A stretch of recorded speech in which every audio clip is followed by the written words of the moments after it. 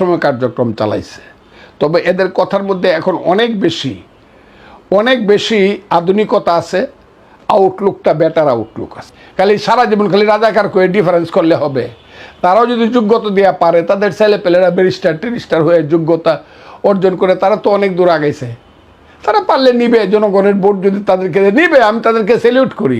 আমি তাদের প্রতি আমার কোনো হিংসা বা দেশ নাই, এবং আমি এটাও মনে করি না যে সবই রাজাকার। এখন রাজাকার অনেক কমে গেছে, 1-2% জামাতের মধ্যে আছে কিনা আমি জানি না, কারণ সব মরে আছে, সব শেষ।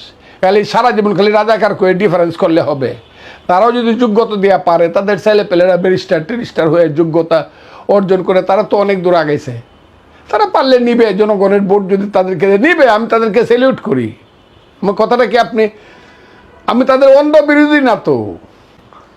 জামায়াত ইসলাম 5 আগস্টের পর্যন্ত যে কার্যক্রম চালিয়ে যাচ্ছে, এটাকে আপনারা কিভাবে দেখছেন? জামাত ইসলাম সবসময় কার্যক্রম চালাইছে, তবে এদের কথার মধ্যে এখন অনেক বেশি আধুনিকতা আছে, আউটলুকটা বেটার আউটলুক আছে। অনেক বেশি আধুনিক বেটার ওখান থেকে বেরিয়ে আসছে তারা। আগের যে জামাত, ওইখান থেকে তারা অনেকটা বেরিয়ে আসছে বলে আমার মনে হয়।